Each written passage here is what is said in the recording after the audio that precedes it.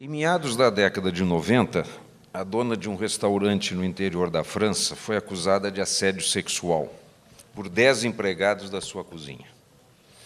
No tribunal, ela alegou que estava protegida por uma norma datada da Idade Média, que autorizava os proprietários de terra a seduzir quem trabalhasse em seu terreno. Os juízes, depois de se assegurarem que a lei medieval jamais fora revogada, tiveram que inocentar a gulosa restauratrice. Porcos na França não podem ser chamados de Napoleão. O município de Chico, na Califórnia, formulou uma lei que determinava uma multa de $500 para quem explodisse uma bomba nuclear em seu território. Por que estas observações preliminares? Ao jurista, não é possível estar vinculado exclusivamente à literalidade de textos legais editados numa realidade socioeconômica totalmente diferente e, sob muitos aspectos, ultrapassada, não percebendo a passagem do tempo e alheio às modificações das condições econômicas, sociais e tecnológicas. O texto escrito pelo legislador resulta de uma determinada realidade fática e social. As transmutações fáticas e sociais obrigam o intérprete a um meticuloso trabalho de adaptação, não necessariamente desregulamentação, mas de adaptação, justaposição e aplicação da lei editada às novas condições históricas e existenciais. Nesse sentido, a teoria da hermenêutica jurídica, há muito tempo, discorrendo sobre o processo intelectual de descoberta da mens legis, afirma que o intérprete não deve limitar-se à aplicação da lei segundo aquilo que o legislador quis quando a escreveu, mas sim segundo o que o legislador quereria no momento social, político e cultural em que a lei deve ser aplicada. Este é o ajustamento progressivo e inteligente da lei emergente de fatos sociais antigos ou recentes aos elementos fáticos novos, supervenientes e atuais. O desconhecimento da realidade mutante é detectável na legislação trabalhista e na aplicação respectiva sob 3 ângulos principais. O ordenamento jurídico trabalhista fixa um tratamento igualitário, um igualitarismo primitivo entre trabalhadores, independentemente de nível cultural, econômico, profissional e social dos mesmos, impossibilitando a uns e a outros a prática de atos e estabelecendo para ambos as mesmas consequências jurídicas. A extrema rigidez da inalterabilidade das condições contratuais, segundo o artigo 468 da CLT, que afirma a ilicitude das alterações prejudiciais, mesmo que consentidas pelo trabalhador. Para a jurisprudência uniformizada do Tribunal Superior do Trabalho, existe alteração ilícita sob o ângulo do artigo 468 da CLT, mesmo quando essa alteração resulta de um comando legal. Exemplo: disciplinando complementação de aposentadoria por instituições de previdência privada. A legislação de 1977 estabeleceu determinados critérios a serem imperativamente cumpridos pelos empregadores e essas instituições. Cumprimento de legislação, sob pena de responsabilidade e outras consequências. Para a jurisprudência do Tribunal Superior do Trabalho, a alteração legal, o cumprimento da legislação, equipara-se a uma modificação prejudicial de ato de iniciativa do empregador, a ponto de torná-la ilícita e atrair a incidência da súmula 51. Imaginem a situação na prática. está afastada a tese da prescrição total em relação à diferença de complementação de aposentadoria. É possível ter um empregado que foi atingido por uma alteração de 77, que tem o contrato de trabalho rescindido em 2007 e que reclama em 2027 diferenças de complementação de aposentadoria que seriam originárias da imposição e do comando legal editado em 1977. E, sob ambos os ângulos, os aspectos, prescrição total inexistente, ato ilícito, ele terá direito à diferença de complementação. Então, indagou-me um empresário elaborar um plano de complementação de aposentadoria blindado, conhecendo a jurisprudência do TST, de que até alteração legal é alteração ilícita do regulamento do empregador, a minha resposta foi dada em 10 minutos e o projeto de complementação tinha um parágrafo, um artigo. Artigo 1º. Esta empresa não tem plano de complementação de aposentadoria, porque, caso contrário, não pode ser estabelecida nenhuma segurança jurídica que pode se manifestar num passivo em décadas posteriores, a partir da imprevisibilidade de modificação até mesmo da legislação. É esta inalterabilidade, neste extremo, exemplificada, que está sendo aplicada pela jurisprudência. A fraude é presumida com embasamento no artigo 9º, segundo parâmetros existentes à época em que editado o citado preceito consolidado. E a fraude é afirmada peremptoriamente para uma rejeição liminar e absoluta do fenômeno da terceirização. Analisando-se tais aspectos, tem-se que a caracterização da fraude no plano trabalhista, como no plano civil, sempre foi estabelecida tendo em vista o nível mental e cultural da parte, ou seja, quanto mais refinado este nível, mais difícil de se caracterizar a fraude, pois, psicologicamente, a percepção da parte prejudicada sendo mais aguda, dela se pode inteirar facilmente, medindo os efeitos do ato fraudulento contra ela praticado.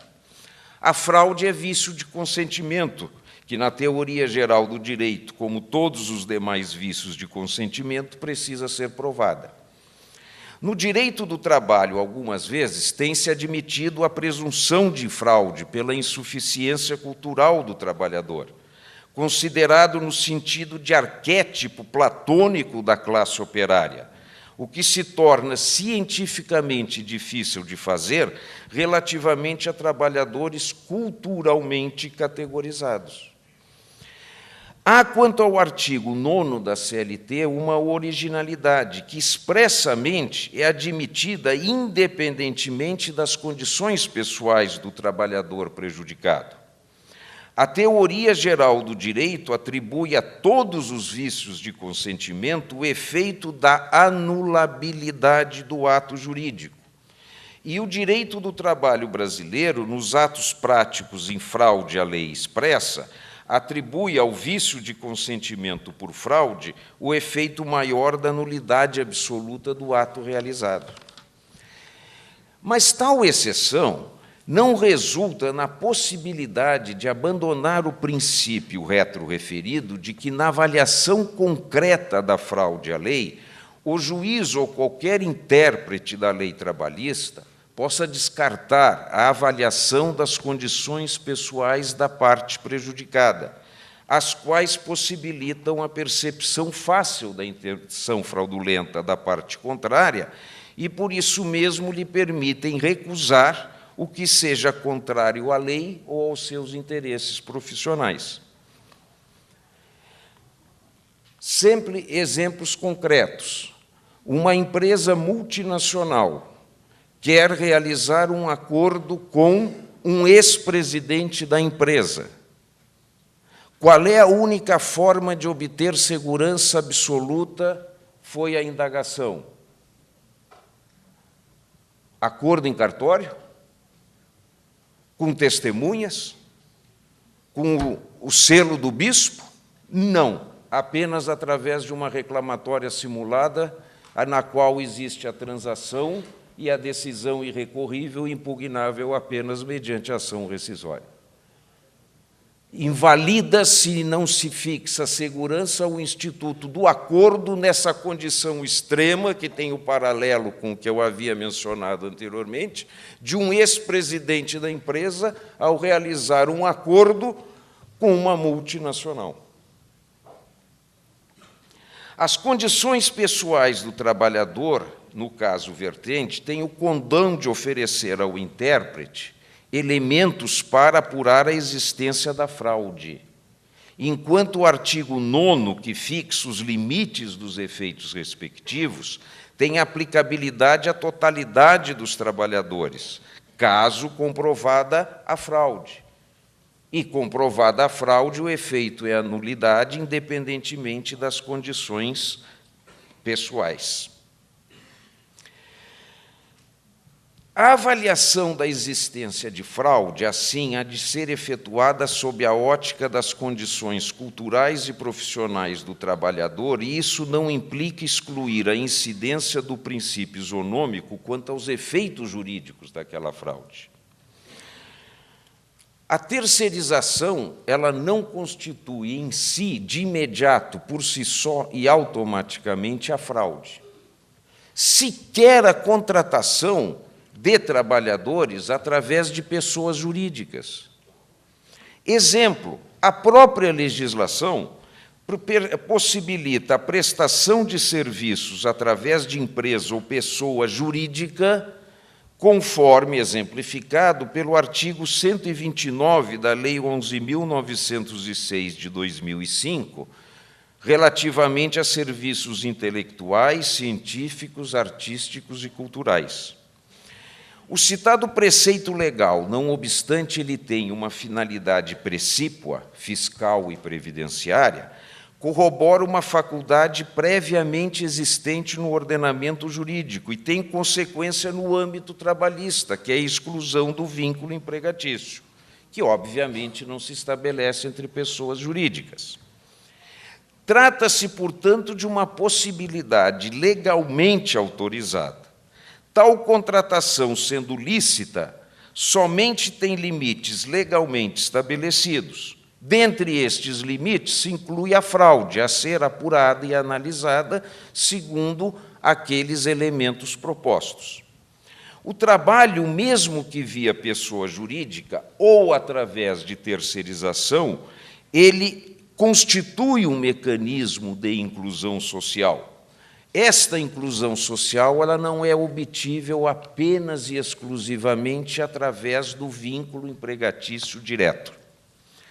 A simples inexistência da relação empregatícia não é equivalente, muito menos automaticamente por si só, a trabalho precário ou subcontratação. E a contratação através de pessoa jurídica não é mecanismo de diminuição de encargos somente sob o ponto de vista empresarial, mas é um meio do profissional ter menos encargos e, inclusive, obter maior remuneração a partir da diminuição dos encargos. Esta forma de contratação, as formas denominadas alternativas de contratação e a terceirização tratam-se de fato social. E que, além disso, tem embasamento lógico e jurídico no próprio ordenamento legal. Não traduz em si uma irregularidade. É compatível com as atuais modalidades de contratação e cumpre o objetivo constitucional do direito ao trabalho, que não é equivalente ao direito ao emprego, mas ao trabalho. A jurisprudência trabalhista, não obstante tais premissas e a condição pessoal dos contratantes, fixa, quase que invariavelmente, a presunção de fraude, tendo como paradigma para tal fim o trabalhador de reduzido nível econômico e cultural, lá da origem do texto consolidado.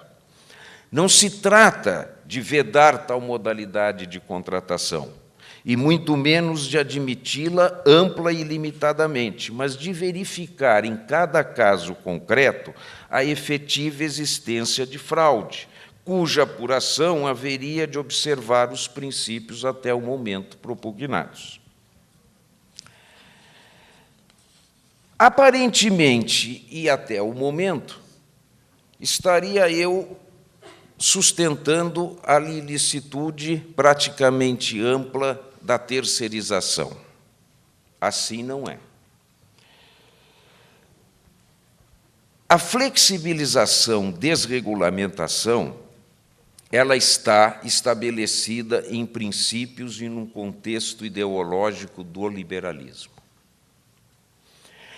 O que se propugna nesta corrente extrema é a prevalência do contratado sobre o legislado, transformando ou tendo o trabalhador como um negociador. Novamente, esta posição, com a rigidez legal e jurisprudencial, desconhece as mutações, as diferenças de uma realidade que é múltipla e variável nacional. Variável, diferente, geográfica, economicamente, socialmente. O trabalhador brasileiro, via de regra, ele não é um negociador. Ele não tem sequer um mecanismo eficaz de representação via sindicato de representação coletiva. O que tem-se que encontrar é o equilíbrio, é o meio-termo. Não se trata de recusar ou aceitar terceirização ou flexibilização ou contratação coletiva que modifique as condições trabalhistas. Trata-se de verificar em cada caso concreto, segundo um critério de equilíbrio, de razoabilidade, de bom senso, se aquela condição negociada cumpre ou não os interesses de ambas as partes e os interesses nacionais. Eu estou me defrontando, ministro Manos, crescentemente com situações horripilantes na prática da advocacia. E um exemplo, houve alteração recente da jurisprudência segundo a qual tempo de trajeto interno é tempo à disposição do empregador se ultrapassa 5 minutos. Empresas têxteis estão operando no prejuízo, têm uma concorrência, um fator que não controlam, que é um fator internacional, segundo a qual o tecido chega no porto brasileiro a um custo inferior ao custo de produção da indústria brasileira. Esta empresa institui um refeitório com alimentação gratuita, que é normalmente a única refeição com este nome, feita pelo trabalhador nordestino durante o dia, e esta empresa, nesta situação precária, quase terminal, vê-se condenada ao pagamento de horas extraordinárias, porque, obviamente, embora sejam apenas 10 metros entre a portaria e o local de trabalho, como o trabalhador para fazer uma refeição, ultrapassa 5 minutos. E algumas vezes, como já escutei em palestras anteriores, todos os assistentes acharam muito interessante a seguinte indagação: temos que optar entre uma situação brasileira e uma situação chinesa. E eu não quero ser transformado em chinês, disse o palestrante. Mas o que eu alertei ao final da palestra é: chinês eu não quero ser também. Mas acontece que o chinês está chegando na porta da minha empresa, da minha casa, com um produto mais barato, e ele vai me expulsar. Não vai me transformar em chinês, mas vai me expulsar da minha casa e da minha empresa. Ora, Se o trabalhador brasileiro ele não é um negociador efetivo, eficaz, sequer através de entidade sindical, se ele não tem mecanismos de integração à empresa, não se pode simplesmente admitir desregulamentação. A flexibilização tem que ser adotada e utilizada com critérios cuidadosos, mas atentos às realidades locais e mutantes, e, dentre elas, se inclui a terceirização. A partir de algumas premissas que estou abreviando, com a autorização do ministro Manos, a estrutura legal brasileira não é compatível com o trabalhador apto à negociação individual ou coletiva das condições laborais, de forma ampla e indistinta. E a possibilidade concreta de negociação ilimitada e flexibilização ou terceirização sem controle transformam-se em desregulamentação trabalhista. Isso não significa e não pode significar um imobilismo legal ou jurisprudencial. Há de se ter uma adaptação dos institutos legal trabalhistas às modificações constatadas no plano da realidade, sem, todavia, alteração dos fundamentos dogmáticos e estruturas básicas da legislação social.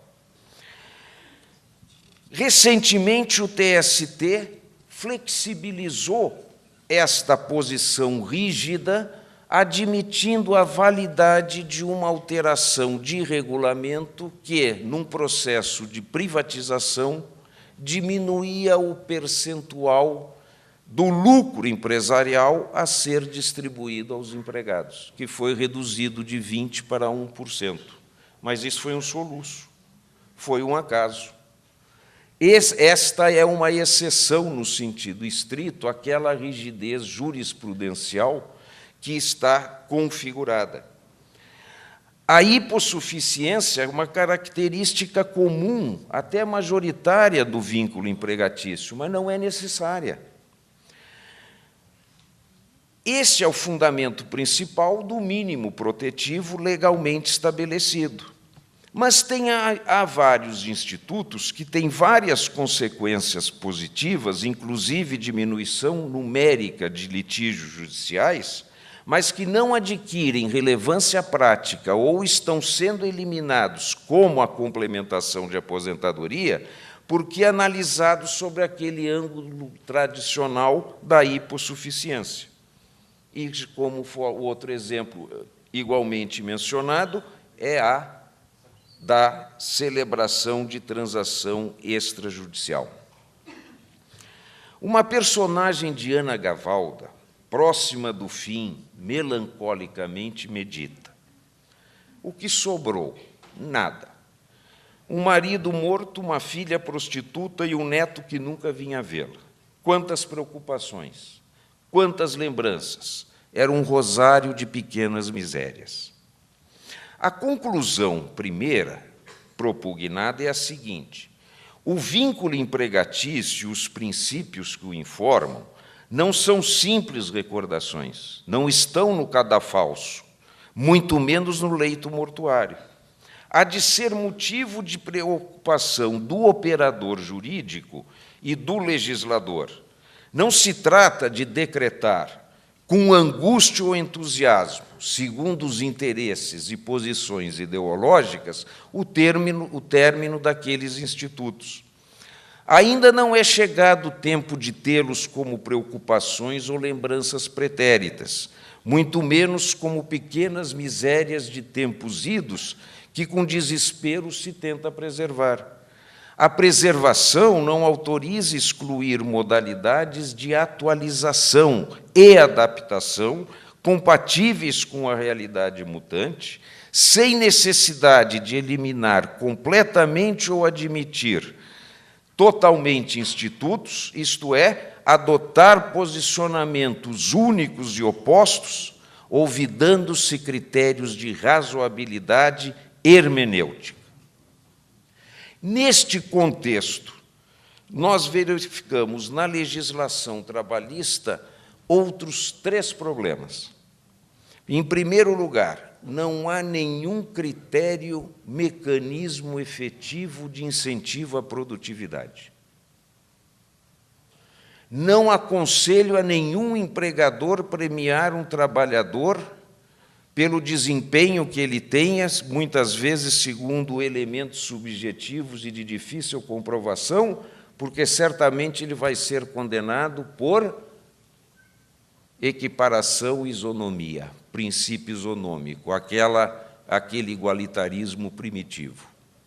Quer dizer, o trabalhador que tenha um desempenho excelente, mas de difícil comprovação na prática, ele não terá o incentivo correspondente, por uma impossibilidade e um risco de passivo criado. Há pouco tempo, no Tribunal Superior do Trabalho, eu mencionei uma hipótese de um professor que desenvolvera um método pedagógico com excelente rendimento para os alunos. E havia um outro professor que, burocraticamente, ministrava a sua disciplina e explicava o texto legal. Ambos têm direito ao mesmo salário, porque em 33 anos de advocacia eu me recordo de não mais do que meia dúzia de decisões que tenham reconhecido diferença de produtividade, muitas vezes difícil de comprovação. Não há mecanismo de incentivo ao mérito. É um igualitarismo primitivo e absurdo. Se um trabalhador tem direito a uma determinada parcela, o outro terá necessariamente. Nesse contexto, a terceirização é um fato. Esta terceirização não implica desregulamentação. Essa desregulamentação não é possível na realidade nacional de forma ampla. Esta terceirização significaria, no máximo, uma flexibilização. E, portanto, ela tem que ser aplicada com os cuidados necessários e devidos. Não se trata de proibi-la, não se trata de admiti-la amplamente. Qual o critério, então, principal para a terceirização? Não pode ser atividade fim ou atividade meio, porque este não é um conceito, nem jurídico é. E eu duvido que algum ministro do Tribunal Superior do Trabalho possa conceituar o que é atividade fim ou atividade meio. E cria essa insegurança, porque não é um conceito jurídico, eu tenho que consultar um engenheiro, um economista, um administrador, um técnico, para saber se determinada atividade é atividade fim ou meio, dependendo da atividade empresarial. Cria-se a insegurança e não se incentivam aquelas circunstâncias características ausentes da legislação. Portanto, o que proponho, neste momento, para debate, é um critério, primeiro, para maior análise, mas muito mais fácil de identificar. É o critério da especialização. Se uma atividade é especializada, eu tenho um motivo, eu tenho a razoabilidade, eu não tenho a fraude configurada, eu tenho a inclusão e não a exclusão. Eu tenho a disciplina de um fato social irrecusável que exige e requer a disciplina. Vamos para mais um exemplo concreto, para, nesta mensagem final, tentar transmitir a concepção. Existem as empresas de construção de estradas.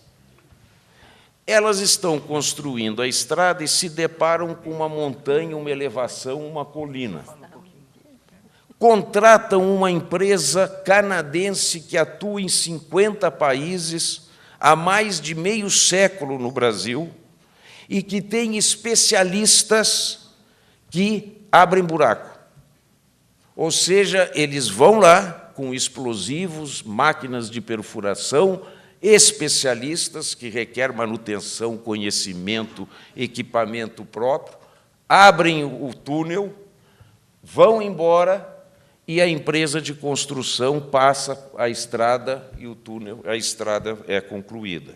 Isto é terceirização pelo conceito da súmula 331, porque está incluído, obviamente, na atividade de construção. Mas é razoável que se contrate para isto uma empresa especializada que tem mecanismos, manutenção, equipamento, tecnologia para tal fim, atingindo, portanto, produtividade e até segurança no trabalho? Lógico que é. E sabem os colegas, os empregados dessa empresa, que seria de terceirização, como são especializados, eles têm nível remuneratório e condições de trabalho muito superiores a daquelas da construtora de estradas. A terceirização, no caso, resulta em uma não só inclusão do trabalhador, mas uma melhoria daquelas condições. Portanto, se a indagação deste painel é como avançar sob o ângulo da terceirização e da legislação trabalhista, como é que se avança?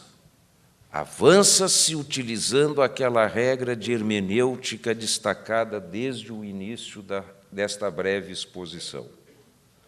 Alcança-se com bom senso, razoabilidade, adaptação da legislação à realidade, sem a utilização de critérios ideológicos, sem recusas ou aceitações taxativas que desconhecem esta realidade. E este é o trabalho do operador jurídico. Esta é a adaptação necessária. Portanto, adaptar a legislação de acordo com esses critérios para encontrar, aí sim, o atendimento da necessidade econômica, que é do país, que é do empregador e que é também do empregado, com bom senso e razoabilidade. Obrigado.